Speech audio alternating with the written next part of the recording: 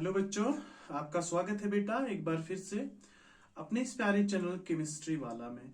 तो बेटा हम आज 11th का जो है पहला वाला चैप्टर स्टार्ट करने जा रहे हैं, that is some basic concepts of chemistry. ठीक है, some basic concepts of chemistry जो चैप्टर है बेटा, इसमें सबसे सर्वप्रथम जो टॉपिक आता है, सबसे पहला जो कॉन्सेप्ट आता है बेटा, that is laws of chemical combination. ठीक है बेटा, आज का हमारा टॉपिक है बेटा लॉज ऑफ केमिकल कॉम्बिनेशन। तो बेटा क्या होते हैं लॉज ऑफ केमिकल कॉम्बिनेशन? हाँ बेटा बताइए, लॉज ऑफ केमिकल कॉम्बिनेशन जो है क्या होते हैं? लॉज ऑफ केमिकल कॉम्बिनेशन जो है हमें ये बताते हैं। देखिए मैं कैसे समझाता हूं। हमारे केमिस्ट्री में बेटा 5 ऐसे लॉज है। ठीक है, हमारे केमिस्ट्री में बेटा 5 ऐसे लॉज है जो डिसाइड करते हैं एलिमेंट्स जो है कंबाइन होके कैसे कंपाउंड बनाते हैं। मैं रिपीट करता हूं बेटा, हमारे केमिस्ट्री में बेटा 5 ऐसे लॉज है जो डिसाइड करते हैं एलिमेंट्स जो है कंबाइन होके कंपाउंड की फॉर्मेशन कैसे कर देते हैं। फॉर एग्जांपल एलिमेंट्स जो है उनके कितने मोल्स जो है कंबाइन होके एक कंपाउंड बनाते हैं। एलिमेंट्स जो है या रिएक्टेंट्स जो है उनके जो है उनके कितने परसेंटेज जो है रिएक्टेंट उनके कितने परसेंटेज जो है कंबाइन होके प्रोडक्ट की फॉर्मेशन कर देते हैं। ठीक है, तो यह हम ये कह सकते हैं रिएक्टेंट्स जो है वो किस रेशियो में जो है कंबाइन होके एक रिएक्टेंट की एक प्रोडक्ट की फॉर्मेशन कर देते हैं या एक कंपाउंड की फॉर्मेशन कर देते हैं। तो ये सारी जानकारी जो है हमें कौन प्राप्त करते हैं? Laws of chemical combination. इस लॉज ऑफ केमिकल कॉम्बिनेशन में जो है सबसे सर्वप्रथम लॉ आता है, that is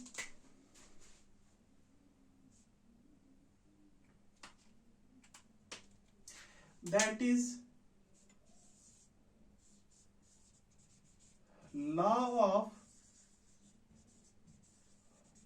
of conservation of mass. What? Law of conservation of mass, जिसका दूसरा नाम है बेटा लॉ ऑफ इंडेस्ट्रक्टिबिलिटी।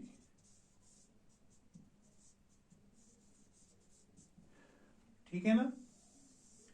ठीक है बेटा, पहला लॉ है बेटा law of conservation of mass, जिसका दूसरा नाम है लॉ ऑफ इंडेस्ट्रक्टिबिलिटी।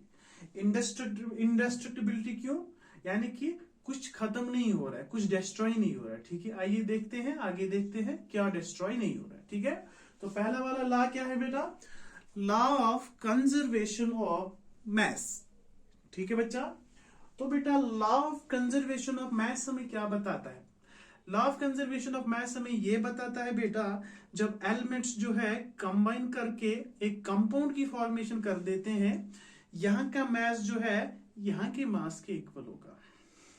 कहने का ये मतलब है बेटा, जब एलिमेंट्स जो है कंबाइन करके कंपाउंड की फॉर्मेशन कर देते हैं, रिएक्टेंट्स का जो मास होगा वही जो है प्रोडक्ट का भी मास होगा। कहने का तात्पर्य ये है बेटा, sum of mass of reactants is equal sum of mass of products. समझ में आ रहा है? It states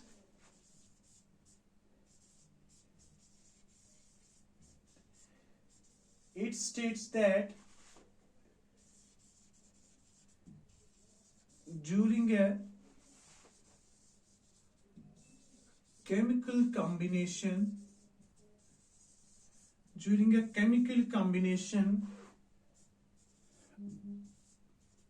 the sum of mass of reactants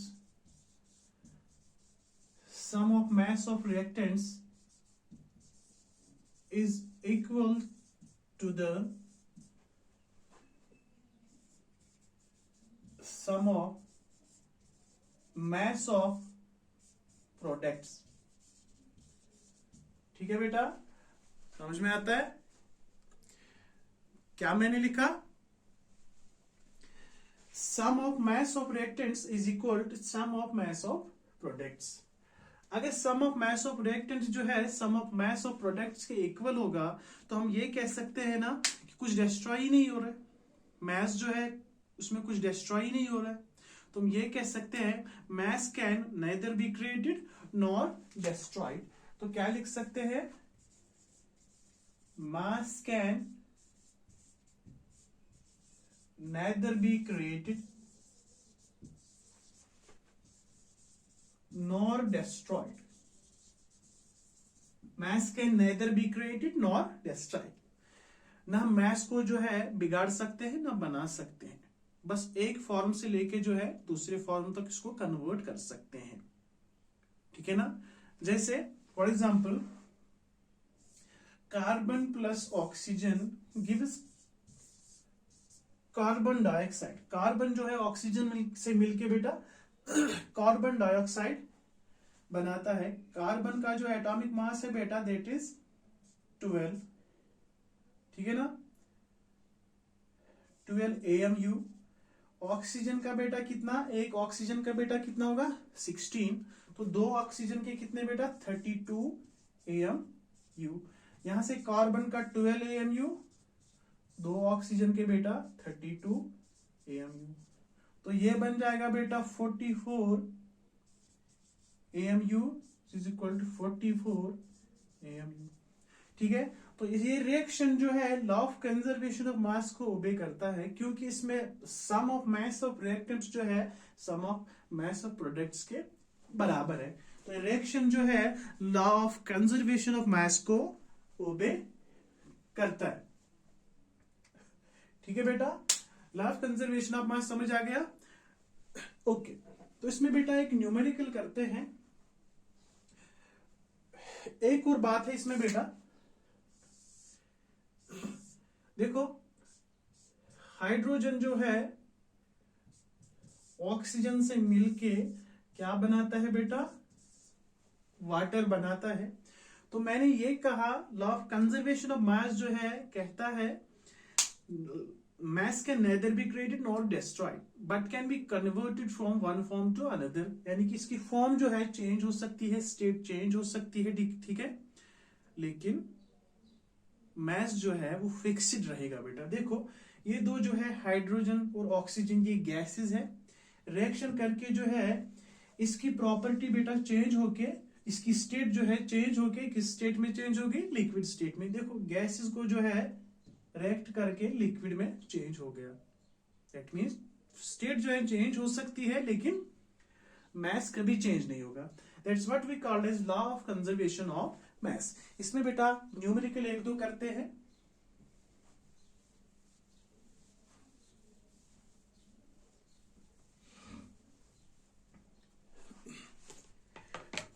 ठीक है बेटा,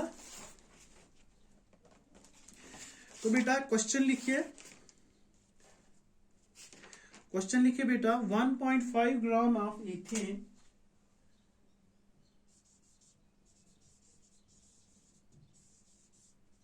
क्वेश्चन क्या है, 1.5 gram of 1.5 gram of ethane on complete combustion, 1.5 gram of ethane on complete combustion yields 4.4 gram of carbon dioxide and 2.7 gram of 2.7 gram of water, 2.7 gram of water. Show that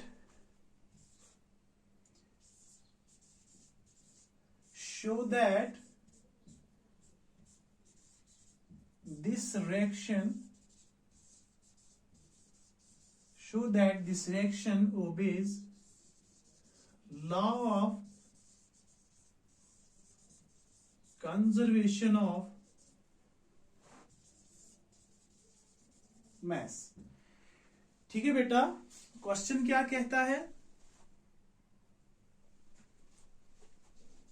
देखो बेटा question बेटा ये कहता है 1.5 ग्राम ethane का जो है उसकी हम कंप्लीट कंबस्टन करते हैं। कंबस्टन बोले तो इसको हम ऑक्सीजन के साथ रिएक्ट करते हैं। वहां पे क्या बनता है 4.4 gram of carbon dioxide and 2.7 gram of water. हमें ये कहना है ये रिएक्शन जो है law of conservation of mass को ओबे करता है कि नहीं करता है। हम क्या करेंगे बेटा,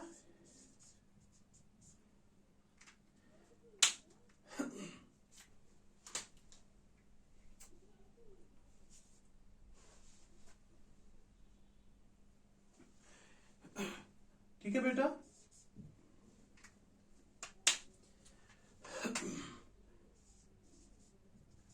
हम क्या करेंगे, हम ईथेन लेंगे C2H6 प्लस, उसकी हम कंबस्टन करते हैं। कंबस्टन बोले तो इसको हम ऑक्सीजन के साथ ट्रीट करते हैं, ठीक है। ऑक्सीजन के साथ बेटा रिएक्शन करके क्या बन जाता है कार्बन डाइऑक्साइड, ठीक है ना। क्या बन जाता है बेटा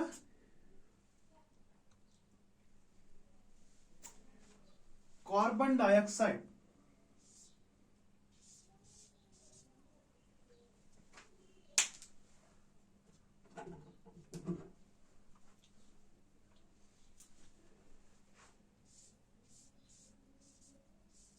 कार्बन डाइऑक्साइड, ठीक है ना। एक मिनट बेटा,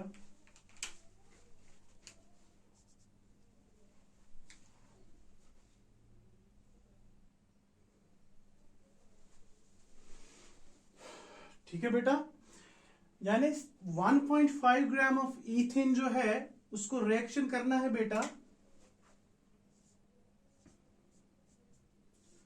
हमने ईथेन को जो है रिएक्ट किया ऑक्सीजन के साथ क्योंकि कंबस्टन करनी है, तो क्या बनता है बेटा वहां कार्बन डाइऑक्साइड और वाटर प्लस हीट भी जो है साथ में प्रोड्यूस होती है। ईथेन के कितने ग्राम्स है बेटा 1.5 ग्राम, और ऑक्सीजन के वो पता नहीं, वो निकालना है। कार्बन डाइऑक्साइड जो है वो कितने ग्राम है 4.4 ग्राम, और वाटर जो है दैट इज 2.7 ग्राम। हमें क्या करना है, हमें ये देखना है ये रिएक्शन जो है law of conservation of mass को ओबे करता है कि नहीं। वो कैसे देखेंगे, जब हमें पता होगा मास ऑफ रिएक्टेंट्स और मास ऑफ प्रोडक्ट्स, तो फिर देखेंगे इक्वल है कि नहीं। फिलहाल जो है हमने ऑक्सीजन जो है उसका मास निकालना है, यानी कि कितने ऑक्सीजन जो है ऑक्सीजन का जो है कितना मास होगा, ताकि law of conservation of mass follow हो जाए, ठीक है। पहले निकालना है मास ऑफ ऑक्सीजन। कैसे निकालेंगे, sum of mass of reactants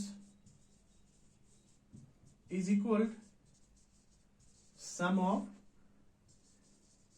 mass of products, ठीक है बेटा। Sum of mass of reactants is equal sum of mass of products, हमें पता है। तो कैसे निकालेंगे sum of mass of reactants, ethane का है 1.5 ग्राम प्लस ऑक्सीजन का निकालना है, हम रखेंगे x is equal sum of mass of products, that means carbon dioxide का है 4.4 ग्राम प्लस 2.7 है वाटर का बेटा, ठीक है। तो ये क्या निकलेगा 1.5 ग्राम प्लस x 4.4 एंड 2.7 कितना निकलता है बेटा 7.1, ठीक है। That means it will be equal 7.1 ग्राम। तो फिर क्या निकलेगा बेटा ऑक्सीजन का जो मास होगा, फिर दैट मीन्स 7.1 माइनस 1.5 कितना होगा 7.1 माइनस 1.5। 11 को 5 काटेंगे बेटा कितना हो गया 6, यहाँ पे 6 बच गए, 6 को 1 काटेंगे that means 5.6। That means x is equal 5.6 ग्राम, यानी कि ऑक्सीजन का मास कितना होगा बेटा 5.6 ग्राम। यहां पे लिखेंगे हम 5.6 ग्राम। तो बिल्कुल आसानी से निकाल सकते हो बेटा, मास ऑफ रिएक्टेंट्स जो है मास ऑफ प्रोडक्ट्स के बराबर है कि नहीं। जरा देखो मास ऑफ रिएक्टेंट्स जो है मास ऑफ प्रोडक्ट्स के बराबर है कि नहीं। हाँ बेटा, देखो यहां पे आपको समझ आ गया ना। देखिए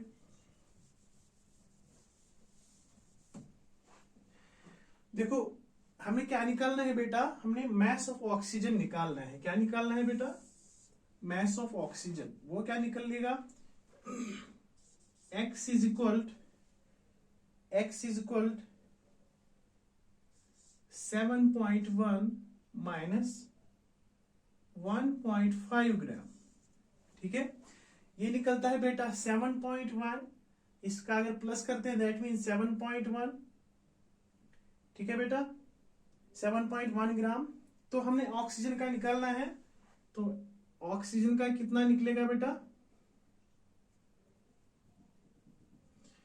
7.1 x इज इक्वल 7.1 ग्राम। ठीक है, नहीं बेटा देखो क्या करना है, मैं ऊपर वाला बेटा रब करता हूं। ठीक है ना,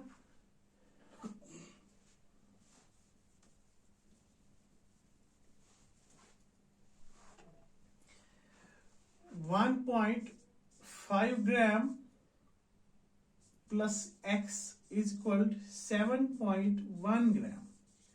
इसका अगर प्लस करते हैं तो 7.1 ग्राम निकलता है। यहां से जो है 1.5 ग्राम प्लस x जो है वो ऐसे ही रखते हैं। मास ऑफ ऑक्सीजन क्या निकलेगा बेटा, जो हमने x रखा था 7.1 ग्राम माइनस 1.5 ग्राम। ठीक है, x इज इक्वल, ठीक है बेटा 5.6 ग्राम। वही मैंने यहां पे लिखा बेटा, ऑक्सीजन का मास जो है दैट इज 5.6 ग्राम, है ना, यही निकालना था ना। तो आप आसानी से बेटा आप निकाल सकते हो मास ऑफ रिएक्टेंट्स और मास ऑफ प्रोडक्ट्स इक्वल है कि नहीं है। देखो 5.6 एंड 1.5 कितना होता है, 1.5 और 5.6 कितने होते हैं, 6 एंड 5 इज 11, दैट इज 7.1। ठीक है बेटा, क्या निकलेगा 7.1, है कि नहीं, 7.1। ये कितना निकलेगा बेटा 7.1 ग्राम।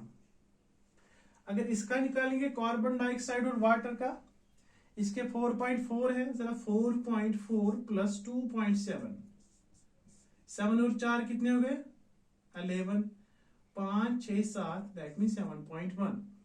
ठीक है, ये भी कितना निकलेगा बेटा 7.1। Hence proved law of conservation of mass is obeyed. ठीक है, इस केस में जो है, इस रिएक्शन में जो है law of conservation of mass obey करता है। क्यों, क्योंकि इसमें sum of mass of reactants जो है sum of mass of products के बराबर है। समझ आ गया बेटा, समझ आ गया ना। ठीक है, तो sum of mass of reactants is equal sum of mass of products, hence ये रिएक्शन जो है law of conservation of mass को ओबे करता है। ठीक है बेटा, और एक क्वेश्चन लिखिए बेटा,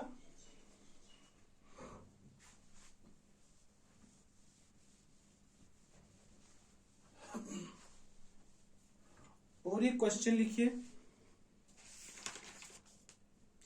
4 grams of hydrogen reacts with some oxygen.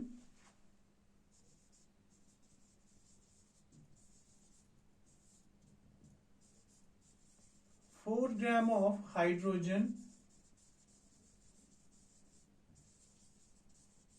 4 grams of hydrogen reacts with some hydrogen. ठीक है, 4 gram of hydrogen reacts with some hydrogen, reacts with some oxygen. 4 gram of hydrogen reacts with some oxygen.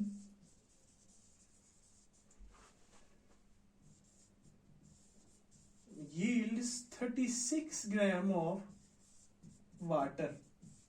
ठीक है, 4 gram hydrogen जो है वो react करते हैं कुछ ऑक्सीजन के साथ, उसका मास पता नहीं, और वो क्या बनाते हैं 36 ग्राम ऑफ वाटर। हमें क्या बताना है, figure out how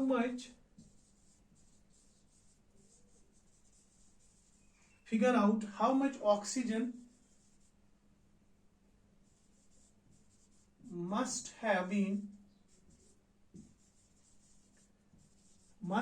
been used